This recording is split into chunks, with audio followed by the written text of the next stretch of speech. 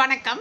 Income tax law and practice சப்ஜெக்ட்டுக்கு exam point of வியூவில் last minute revision videos போட்டுட்ருக்கேன். அதோட பார்ட் 5 வீடியோ தான் இந்த video.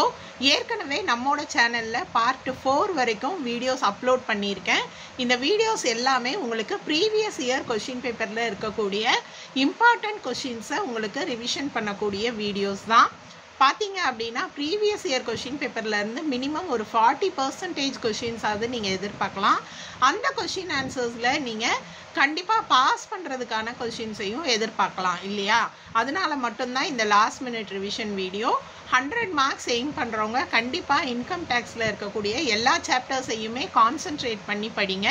All the best. Okay, so இப்போ பார்த்தீங்கன்னா பார்ட் 4 வீடியோவில் நம்ம என்ன பார்த்தோம்னா profits and gains from business or ப்ரொஃபஷனில் பிஸ்னஸோட இன்கம் எப்படி கால்குலேட் பண்ணுறது அப்படின்றத பார்த்தோம். பார்த்தீங்கன்னா ப்ரீவியஸ் 5 இயர் 6 இயர் கொஷின் பேப்பரில் ஒரு 3 கொஷின் பேப்பரில் பிஸ்னஸ் இன்கம் கேட்டிருக்காங்க.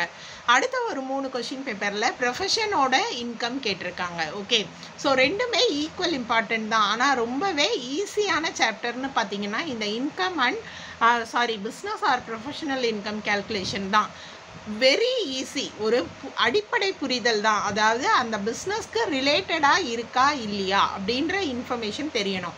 அதே போல் தான் இப்போ நம்ம ப்ரொஃபஷனல் இன்கம் கால்குலேட் பண்ணுறதுக்குமே கூட அந்த ப்ரொஃபஷனுக்கு ரிலேட்டடான இன்கமாக இருந்தால் எடுத்துக்கணும். அந்த ப்ரொஃபஷனுக்கு ரிலேட்டடான எக்ஸ்பென்சஸாக இருந்தால் நீங்கள் கால்குலேஷனுக்கு எடுத்துக்கணும். இவ்வளோ தான் இதோட அடிப்படை புரிதல். ஓகே, ஒருவேளை நீங்கள் ஒரு சில ஐட்டம் ஆட் பண்ண மறந்துருக்கலாம், மைனஸ் பண்ண மறந்துருக்கலாம், 2-3 தப்பு பண்ணியிருக்கலாம். பட் அந்த ஃபார்மேட்டுக்கே உங்களுக்கு கண்டிப்பாக மினிமம் 5 மார்க் கிடைக்கும் இல்லையா? அதனால் income from business R profession வந்தது அப்படின்னா இந்த சாப்டரில் இருக்கக்கூடிய 10 மார்க் கொஷினை கண்டிப்பாக அட்டன் பண்ணுங்கள். உங்களுக்கு மினிமம் 5 or 6 மார்க்ஸ் கேரண்டியாக கிடைக்கும். நீங்கள் கரெக்டாக ஆன்சர் போட்டால் கண்டிப்பாக உங்களுக்கு 10 மார்க் கிடைக்கும். ஓகே, அடுத்து பார்த்தீங்கன்னா கொஞ்சம் வைஃபை ப்ராப்ளம், இந்த மாதிரி ப்ராப்ளம்ஸ் எல்லாம் நெட்வொர்க் கனெக்டிவிட்டி இல்லாததுனால வீடியோஸ் எடுத்தாலுமே அப்லோட் பண்ண முடியல. அதனால தான் டிலே ஆச்சு வீடியோஸ் எல்லாம். முடிஞ்சால் நான் இன்கம் ஃப்ரம் ஹவுஸ் ப்ராப்பர்ட்டியோட 10 மார்க் கொஷின் ஈவினிங் அப்லோட் பண்ண ட்ரை பண்ணுறேன். ஏன்னா ஒரு நாள் எடுத்துக்குது எனக்கு ஒரு வீடியோ அப்லோட் பண்ணுறதுக்கு. நெட்வொர்க் ப்ராப்ளம் இருக்கிறதுனால ரொம்பவே டைம் எடுத்துக்குது. இல்லை அப்படின்னா இந்த வீடியோவோட நான் ரிவிஷனை நிறுத்திடுறேன். ஓகே, ஸோ மேம் 10 மார்க்கில் வேறு என்ன பார்க்கணும்? 10 மார்க்கில் நான் ஏற்கனவே சொல்லிட்டேன், ரெசிடென்ஷியல் ஸ்டேட்டஸில் தியரியாகவும் கேட்கலாம் அந்த கண்டிஷன்ஸை, இல்லைன்னா ப்ராப்ளம் கேட்கலாம். ஏற்கனவே நம்மளோட சேனலில் ரெசிடென்ஷியல் ஸ்டேட்டஸில் எல்லா மாடல்லையுமே, எல்லா மாடல் இல்லை 10 மார்க் 5 மார்க்கில் கேட்கக்கூடிய ப்ராப்ளம்ஸ் எல்லாமே வீடியோஸாக அப்லோட் பண்ணியிருக்கேன். அந்த வீடியோவை கண்டிப்பாக பாருங்கள். ரூல்ஸ் தெரிஞ்சால் ரெசிடென்ஷியல் ஸ்டேட்டஸ் போடலாம்.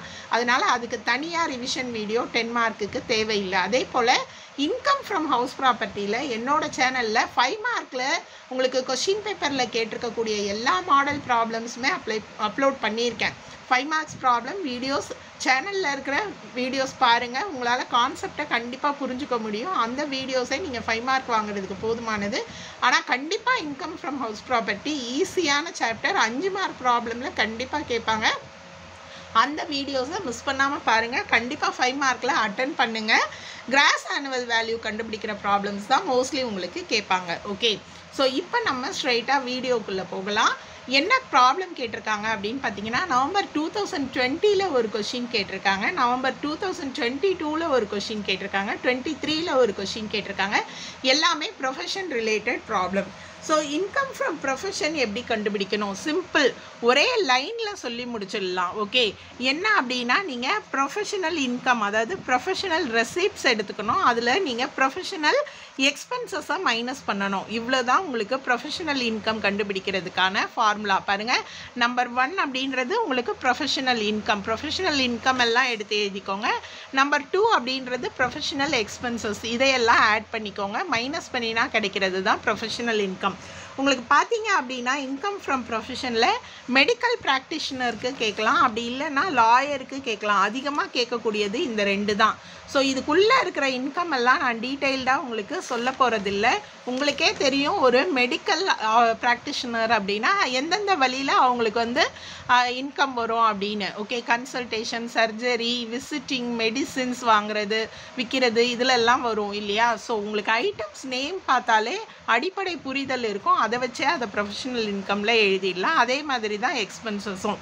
உங்களுக்கு format page number Reddy TS Reddy Hariprasad Reddy புக்கில் பேஜ் நம்பர் 7.44 கொடுத்துருக்காங்க. 7.45 லாயருக்குரிய ஃபார்மேட் இருக்குது. அதை கண்டிப்பாக பார்த்துக்கோங்க. ஓகே, ஸோ இப்போ பார்த்தீங்க அப்படின்னா நம்ம நவம்பர் 2022 கொஸ்டின் பேப்பரில் கேட்டிருக்கக்கூடிய ரிசிப்ட்ஸ் அண்ட் பேமெண்ட்ஸ் தான் பார்க்க போகிறோம்.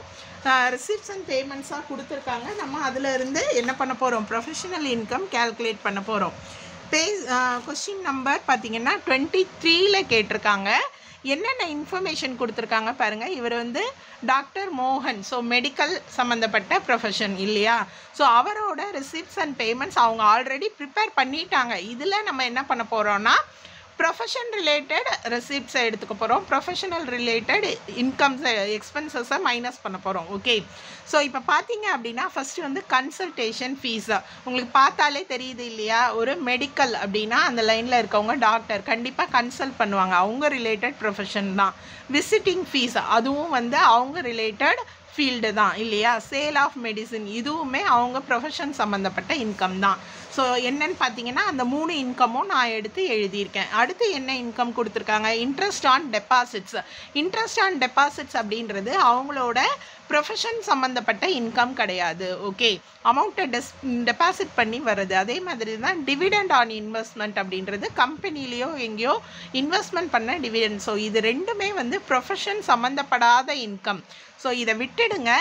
எது ப்ரொஃபஷன் சம்மந்தப்பட்ட இன்கமோ அந்த 3 இன்ஃபர்மேஷனை மட்டும்தான் இங்கே நான் எடுத்து ஆட் பண்ணியிருக்கேன். ரொம்ப சிம்பிளாக இருக்குது இல்லையா, ஈஸி. ஸோ கண்டிப்பாக அட்டன் பண்ணுங்கள். அடுத்து பார்த்தீங்கன்னா எக்ஸ்பென்சஸ் சேலரி டு ஸ்டாஃப். கண்டிப்பாக டாக்டர் சேலரி கொடுப்பாரு ஸ்டாஃபுக்கு இல்லையா. ஸோ அது ப்ரொஃபஷன் ரிலேட்டட் தான். அடுத்து பார்த்தீங்கன்னா அவங்களோட ரெண்ட்டு வாடகை கொடுப்பாங்க. ஸோ அதுவும் profession related. Purchase of medicine profession related. அடுத்து பார்த்தீங்கன்னா இந்த சர்ஜிக்கல் எக்யூப்மெண்ட்ஸ் கொடுத்துருக்காங்க. சர்ஜிக்கல் எக்யூப்மெண்ட்ஸ் பார்த்தீங்கன்னா கேபிட்டல் எக்ஸ்பெண்டிச்சர் நம்ம ஏற்கனவே பார்த்துருக்கோம். கேபிட்டல் எக்ஸ்பெண்டிச்சர்லாம் நம்ம காட்ட மாட்டோம் எக்ஸ்பென்சஸ்க்கு. ஸோ இதுக்கு வந்து நம்ம டெப்ரிசியேஷன் மட்டும் கொடுத்துக்கலாம். ஓகே, அதே மாதிரி பர்ச்சேஸ் ஆஃப் காரு, இந்த காருமே பார்த்தீங்க அப்படின்னா கேபிட்டல் எக்ஸ்பெண்டிச்சர் தான். ஸோ இதுக்கு இந்த ரெண்டுக்கும் நம்ம டெப்ரிசியேஷன் மட்டும் கேல்குலேட் பண்ணி போட்டுக்கலாம். ஸோ டெப்ரிசியேஷன் பார்த்தீங்கன்னா நார்மல் இங்கே ப்ரொவிஷன்ஸ் என்னென்னா 15%. ஸோ அந்த டெப்ரிசியேஷன் கேல்குலேட் பண்ணி போட்டுக்கலாம். ஓகே, ஸோ இங்கே இருக்கிற எல்லாமே வருது. பட் இந்த ரெண்டும் பர்ச்சேஸ் கேபிட்டல் எக்ஸ்பெண்டிச்சர் கிடையாது. டெப்ரிசியேஷன் மட்டும் போட்டுக்கோங்க. பாருங்கள், நான் இதில் இருக்கிற எல்லா இன்ஃபர்மேஷனும் எடுத்திருக்கேன். சேலரி டு ஸ்டாஃப், ரெண்ட் எடுத்து எழுதியிருக்கேன். ஓகேவா.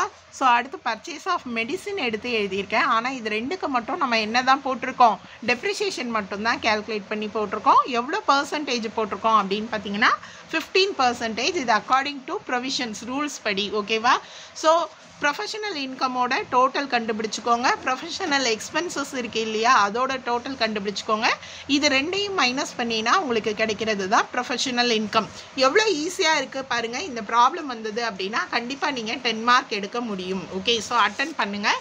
அடுத்து நவம்பர் 2023 கொஷின் பேப்பரில் கேட்டிருக்கக்கூடிய ஒரு கொஷின் நம்ம பார்க்க போகிறோம். இந்த கொஷின் பார்த்தீங்கன்னா ரிப்பீட்டட் கொஷின். நவம்பர் 2020 கொஷின் பேப்பர்லையுமே கேட்டிருக்காங்க. ஸோ 2 முறை இந்த கொஷின் கேட்டிருக்காங்க. ஓகே, ஸோ இந்த கொஷினில் என்ன கேட்டிருக்காங்க அப்படின்றது பார்ப்போம். இன்ஃபர்மேஷன்ஸ் நம்ம கொஷின் நம்பர் உங்களுக்கு பார்த்தீங்க அப்படின்னா 23 கேட்டிருக்காங்க. பாருங்கள், question number 23. Okay, so question என்னென்ன இன்ஃபர்மேஷன் கொடுத்துருக்காங்க அப்படின்றத நம்ம பார்க்கலாம். டு ஃபீஸ் ஃப்ரம் கிளையண்ட், இது யார் அப்படின்னு பார்த்தீங்கன்னா ஜஸ்ட் அவங்களோட ப்ரொஃபஷன் எல்லாம் கொடுக்கல, ஃபீஸ் ஃப்ரம் கிளையண்ட் அப்படின்னு கொடுத்துட்டாங்க. 2021, 22, 23. ஸோ எல்லா இயருமே கொடுத்துருக்காங்க. இந்த ஃபீஸ் எல்லாமே நீங்கள் எடுத்துக்கலாம். இயரை நீங்கள் கன்சிடர் பண்ண தேவையில்லை. அந்த இயர் அவங்களுக்கு கிடைச்ச ப்ரொஃபஷனல் இன்கம் அப்படின்ற மாதிரி. To presents from A client, இதுவும் கிளையண்ட் கிட்ட இருந்து வர்றது ப்ரொஃபஷன் ரிலேட்டட் தான். ஓகேவா. வின்னிங் ஃப்ரம் லாட்ரி அவங்க ப்ரொஃபஷன் சம்மந்தப்பட்டது கிடையாது. அடுத்து பார்த்தீங்கன்னா கார் எக்ஸ்பென்சஸ் அப்படின்னு கொடுத்துருக்காங்க. ஸோ இந்த கார் எக்ஸ்பென்சஸை பொறுத்த வரைக்கும் பார்த்தீங்க அப்படின்னா பர்சனலாக அஃபிஷியலாக அப்படின்ற இன்ஃபர்மேஷன் கொடுத்துருக்காங்களா பாருங்கள். ப்ராப்ளமில் கொடுத்துருக்காங்க car is 60% used for official பர்பஸஸ்னு கொடுத்துருக்காங்க. ஸோ இந்த எக்ஸ்பென்சஸில் நீங்கள் 60% தான் அஃபிஷியல், அதாவது ப்ரொஃபஷன் ரிலேட்டட், அதை எடுத்துக்கணும். ஆஃபீஸ் எக்ஸ்பென்சஸ் அப்படின்னு பார்த்தீங்கன்னா நீங்கள் எடுத்துக்கலாம், அது அவங்களோட profession related. Salary to staff வரும். இன்ட்ரெஸ்ட் ஆன் லோன் கிடையாது. ஓகே, இன்ட்ரெஸ்ட் ஆன் லோன் அவங்க ப்ரொஃபஷன் சம்மந்தப்பட்டது கிடையாது. ஏற்கனவே நம்ம பார்த்துருக்கோம் income tax penalty, wealth tax இதெல்லாம் நம்ம என்ன பண்ணக்கூடாது, காட்டக்கூடாது இல்லையா? ஸோ இந்த 3 இன்ஃபர்மேஷனும் நீங்கள் எடுத்துக்க வேண்டாம். அடுத்து இதில் ஒரு இன்ஃபர்மேஷன் கொடுத்துருக்காங்க, என்ன அப்படின்னு பார்த்தீங்கன்னா பர்ச்சேஸ் காஸ்ட் அப்படின்னு கொடுத்துருக்காங்க. ஸோ இந்த பர்ச்சேஸ் காஸ்ட்டு கொடுத்தாங்க அப்படின்னா நம்ம 2 மெத்தடில் ப்ராப்ளம் போடலாம். ஒன்று மெர்கன்டைல் மெத்தட், இன்னொன்று வந்து கேஷ் பேசிஸ் மெத்தடில் நம்ம போடலாம். ஓகே, ஸோ 2 மெத்தட்லையும் நம்ம ப்ராப்ளம் பார்க்கலாம். டெப்ரிசியேஷன் பார்த்தீங்க அப்படின்னா 2500 டு பி ப்ரொவைடட் அப்படின்னு கொடுத்துருக்காங்க. இங்கே என்ன அசட் இருக்குது அப்படின்னு பார்த்தீங்கன்னா கார் மட்டும்தான் அசட்டில் இருக்குது. ஓகே, ஸோ இந்த காரில் பார்த்தீங்கன்னா 60% தான் எக்ஸ்பென்சஸ். அப்போ 60% டெப்ரிசியேஷன் தான் நீங்கள் எடுத்துக்கணும். ஏன்னா அஃபிஷியல் பர்பஸஸ்ன்றது 60%க்கு தான் இல்லையா? அதனால டெப்ரிசியேஷன் ஆஃப் காரும் வந்து 60% தான், டெப்ரிசியேஷன் ஆஃப் கார் எக்ஸ்பென்சஸும் 60% தான்.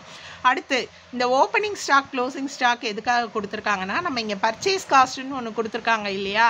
இதில் நீங்கள் மெர்கன்டைல் பேசிஸில் போடுறதுக்கு இந்த ஓப்பனிங் காஸ்ட் க்ளோசிங் ஸ்டாக் கொடுத்துருக்காங்க. அடுத்து பார்த்தீங்கன்னா இன்கம் ஃப்ரம் அதர் சோர்சஸ் அப்படின்னாலே அவங்க ப்ரொஃபஷன் ரிலேட்டட் கிடையாது, இந்த இன்ஃபர்மேஷன் தேவை கிடையாது. இப்போ நான் சொன்னது எல்லாமே இந்த ப்ராப்ளமில் நம்ம எடுத்து எழுதியிருக்கோம் பாருங்கள். ஃபீஸ் ஃப்ரம் கிளையண்ட் எல்லாமே எடுத்து எழுதியாச்சு நம்ம, ஃபீஸ் ஃப்ரம் கிளையண்ட். அடுத்து பார்த்தீங்கன்னா ப்ரெசன்ட் ஃப்ரம் கிளையண்ட். ஸோ இது மட்டும்தான் ப்ரொஃபஷனல் இன்கம், கரெக்டாக இவங்களோட இதில். ஸோ எடுத்து எழுதியாச்சு. அடுத்து ப்ரொஃபஷனல் பேமெண்ட்ஸ் என்னென்ன அப்படின்னு பார்த்தீங்கன்னா நான் சொன்னேன் இல்லையா, கார் எக்ஸ்பென்சஸில் 60% மட்டும் எடுத்துக்கோங்கன்னு. ஸோ கார் எக்ஸ்பென்சஸ்லேயும் 60% தான் கேல்குலேட் பண்ணியிருக்கேன். காருக்கான டெப்ரிசியேஷனும் நான் எவ்வளோ தான் கேல்குலேட் பண்ணியிருக்கேன், 60% தான். டெப்ரிசியேஷன் அமௌண்ட் கொடுத்துட்டாங்க, அதில் 60%.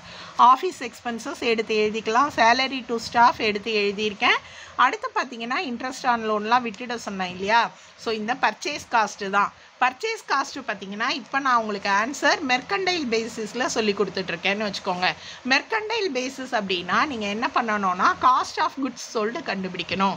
அதாவது காஸ்ட் ஆஃப் குட்ஸ் சோல்டுனா என்ன அப்படின்னா opening stock plus closing stock minus purchases இல்லையா?